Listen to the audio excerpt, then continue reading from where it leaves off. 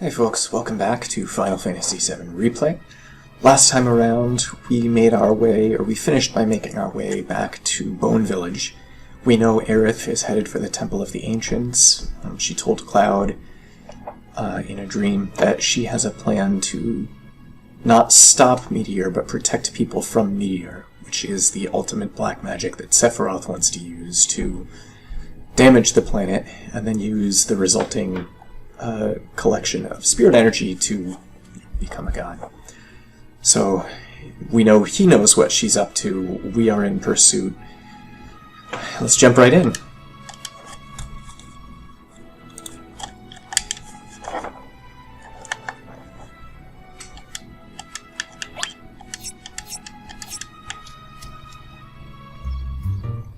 So we know we can't get through the sleeping forest until we awaken it.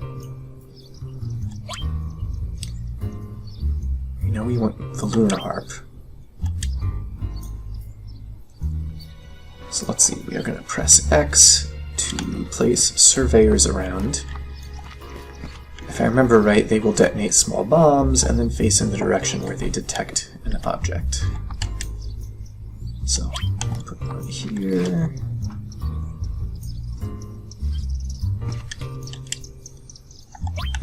Put it here.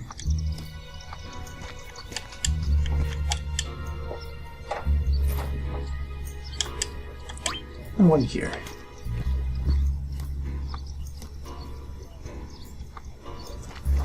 Let's see if that's enough.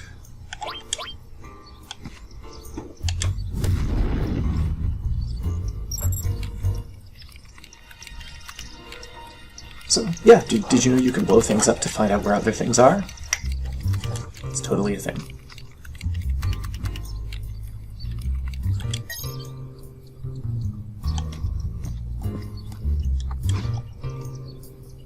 So let's see, if we look at where they intersect,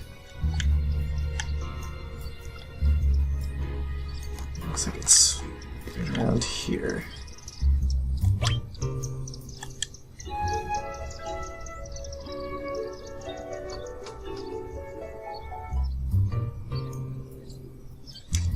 And yes, I know that some form of, not echolocation, but using sound waves to detect buried objects, I know that's a thing. But they're blowing things up. They say they're setting bombs here, which I think is overkill. Lunar Harp. Let's awaken the forest and be on our way to wherever we're going. Not the Temple of the Ancients, I think that's what I said earlier.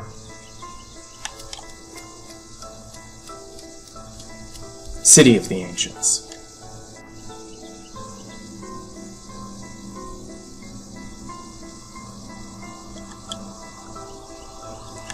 Second forest awoke. Excellent.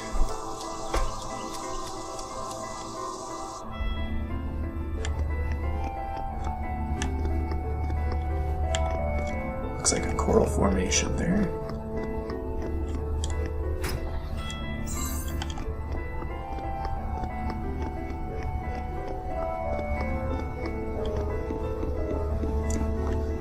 Another, is it coral or petrified wood?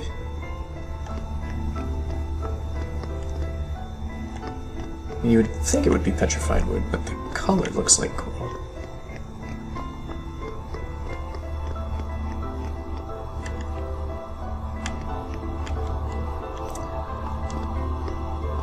Yes. So that in the distance is the City of the Ancients. Quite a sight.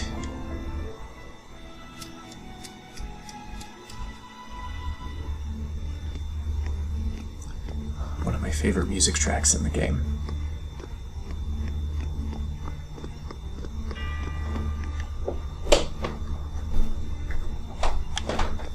Let me just go straight ahead first.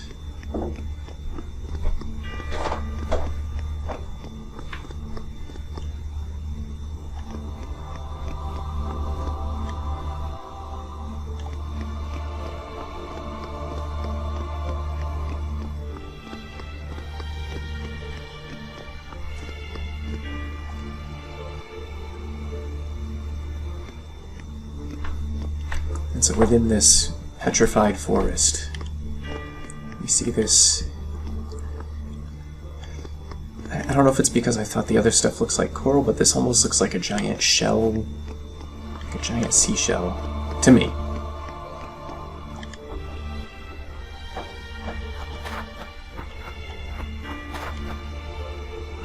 We've got such a mix. I forget whether it's the stalactites or the stalagmites that dangle from the top, but we've got those, we've got these illuminated rocks, we've got what looks like a holographic fish and seaweed. Can't go down there yet. Yeah, the inside is spirally like a shell. All these, natural elements combined in this way that just, you wouldn't expect to see them together. And the juxtaposition, I think, gives this a very otherworldly feel, even in a fantasy game like this. Let's keep exploring. Onward.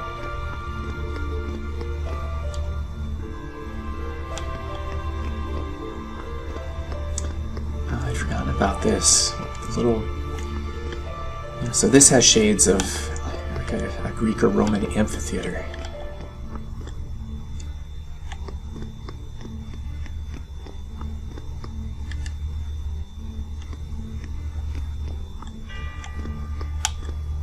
This focusing crystal materia, maybe?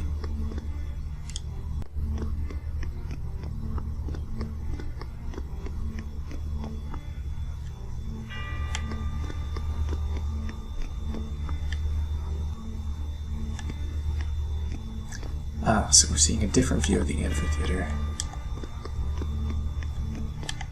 There's a pillar here, but we can't interact with it. Not yet, anyway.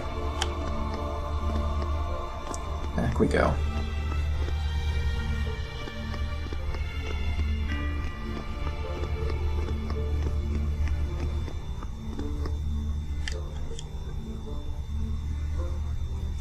So if we try to leave, Red tells us Aerith is still here in the city somewhere. Good to know, Red, thank you.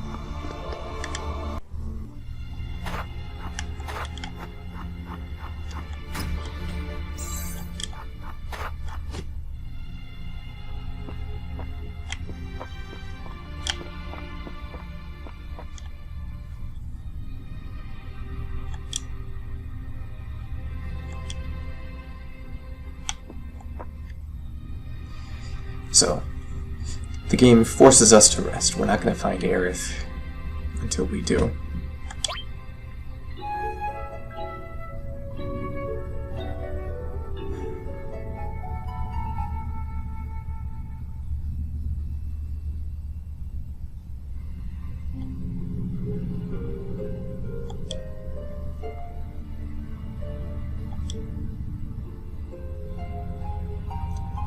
Cloud can sense both Aerith and Sephiroth, which is interesting. And another allusion to the connection between Cloud and Sephiroth, and Aerith for that matter. Yes, we do need to hurry and find Aerith.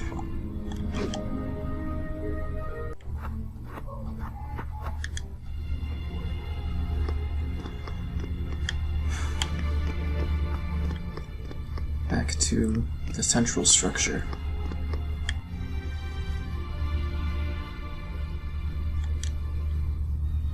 Now here's Aerith's voice.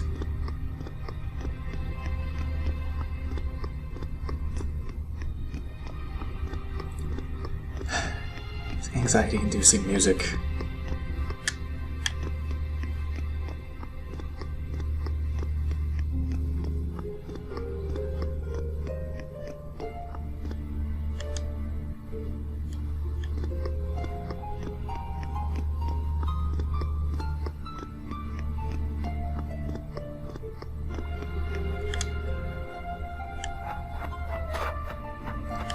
This is new. This was not open when we first came in here.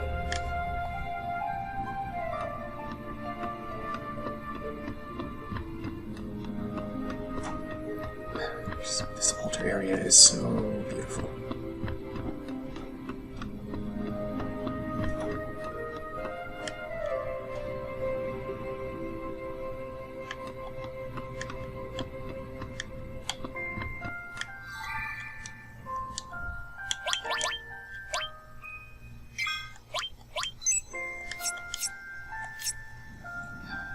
Here we go.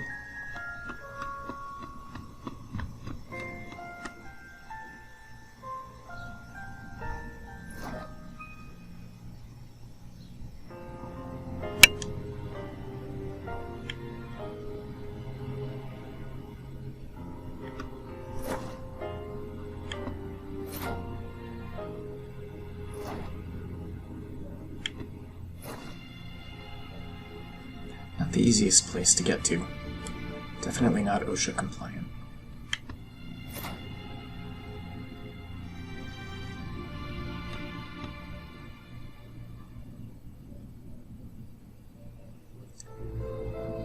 We know what red means. Sephiroth is exerting control.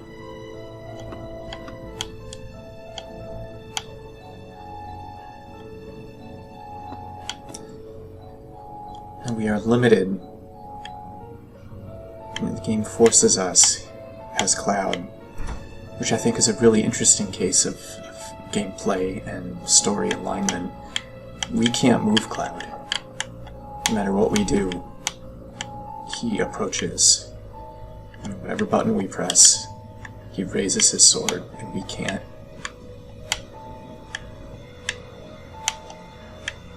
It puts us, in the player, in the mindset or the feeling of what it might be like to be a puppet.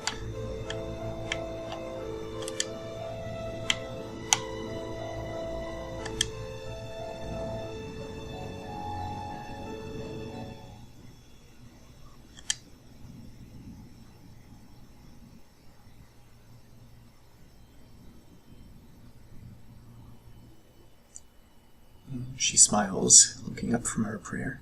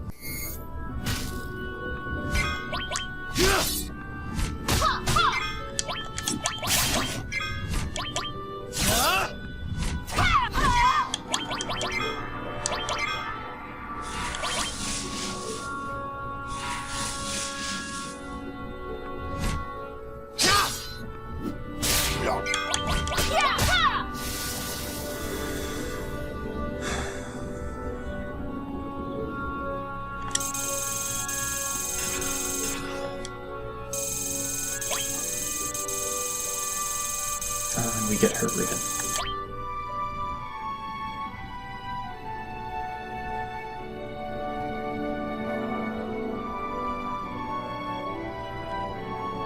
So before the fight, Sephiroth, or what appeared to be Sephiroth, told Cloud to stop pretending that he felt sad.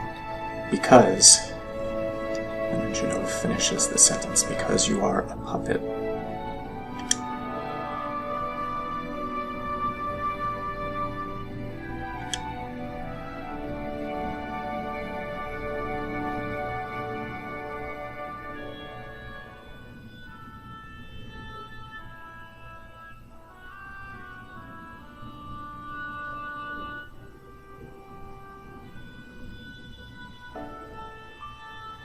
And they say their goodbyes.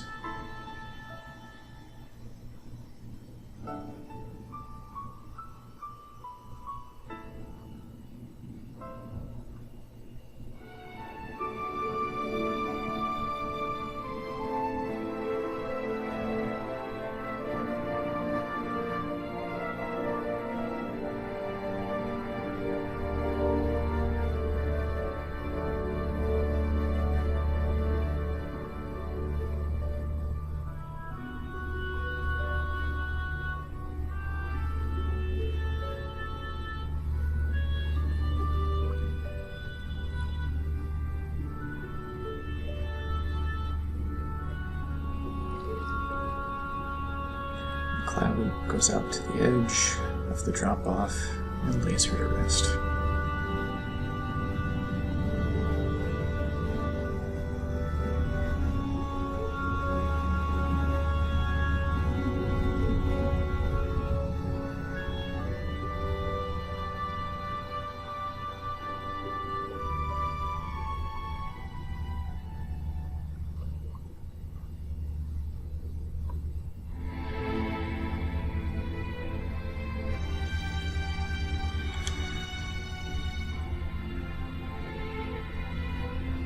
He came this far to save the planet, but Cloud was more concerned about getting Sephiroth. Henry points out that everyone has their own reasons for being part of this journey.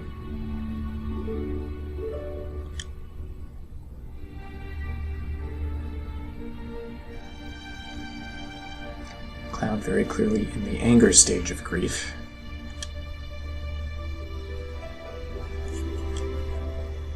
He's also afraid.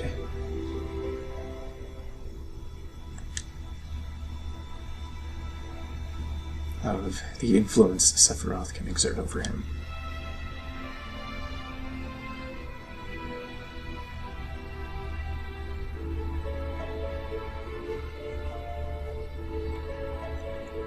Tried to have Cloud murder Aerith, and when that failed, he made Cloud stand there and watch as he did it himself.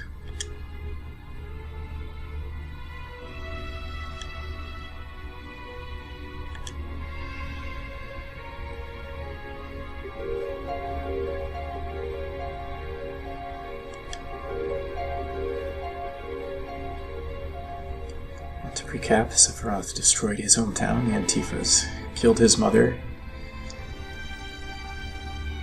and at least Tifa's father, if not her friends too, killed Aerith. Cloud points out, at least to his way of thinking at the moment, he doesn't have anything other than his quest for revenge. And he still wants the party to come with him.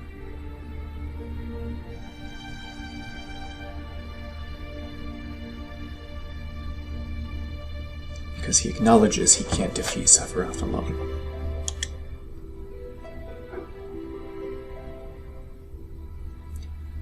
Look, Tifa, you ask a good question, but he is in the middle of grief, and for a guy who doesn't really know how to handle his emotions, it's a little rough for Cloud.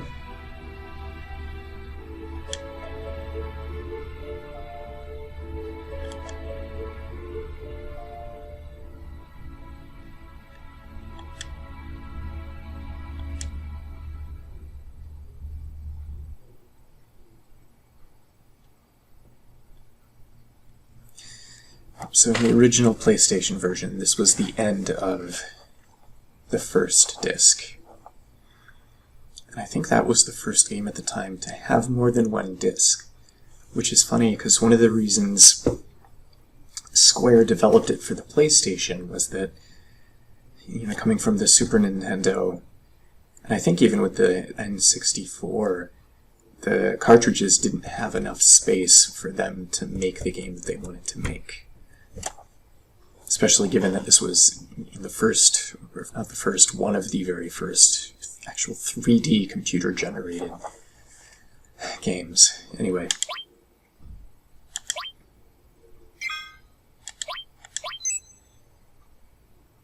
We'll save here. And I didn't want to talk over the scenes, because I know that they're a little bit melodramatic, but they're also, I think they stand on their own as very powerful. And there's a lot happening.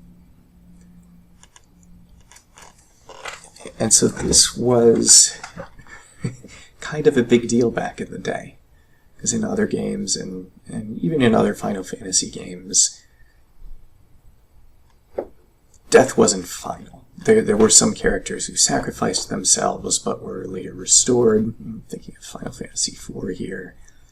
There were characters who, showed up as spirits or ghosts to help the party later, which I'm pretty sure was what happened in Final Fantasy V. Some secondary characters in Final Fantasy VI died, but Final Fantasy VII was the first time, or one of the first times, a protagonist was killed with finality.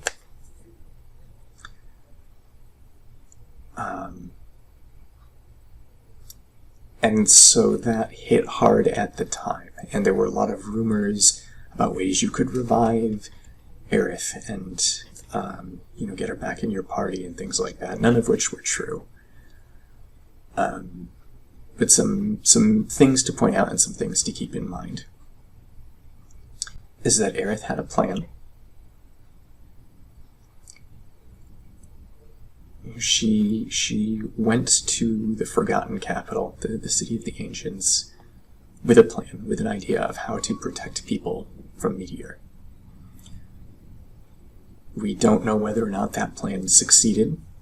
We're not going to find out for a while.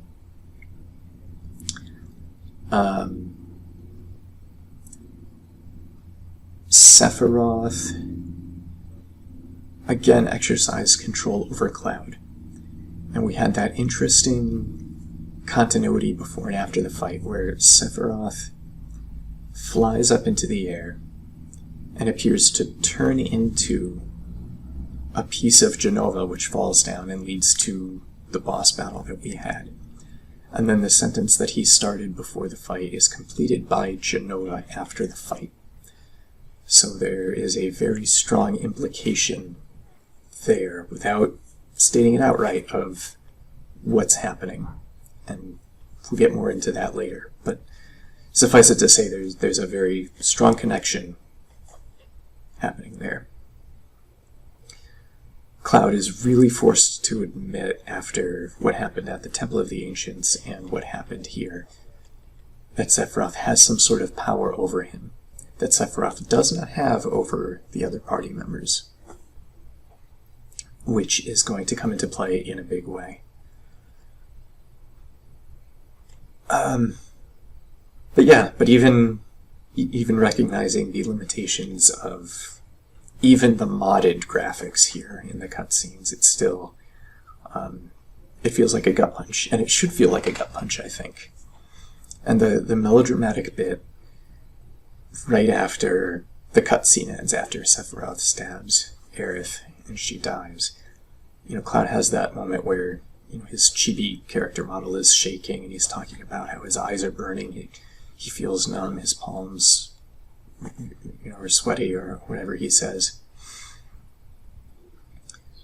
Which, yes, is very melodramatic, but is also very real, as far as the physical reactions to that sort of shock and horror and pain and grief. And if I remember some of the background information correctly, either Tetsuya Nomura or some of the other creators behind this game, one of them, his mother had passed recently, and so he wanted to include that experience, the experience of losing someone, and that finality and that sense of loss in this game, in what is essentially a story primarily aimed at probably adolescent boys. And so yeah, the way that part of it is presented is melodramatic, but it's also very authentic, even with the many translation issues that plagued the original version of the game, and which some of the mods have cleaned up here. Anyway, so that is the end of part 1. We will pick it back up another day and start Imaginary Disc 2 and pursue Sephiroth north towards what Cloud thinks is the Promised Land. So thank you for watching. I hope you enjoyed it as much as you could. I hope the story has got its hooks in you, and catch you in the next video. Bye.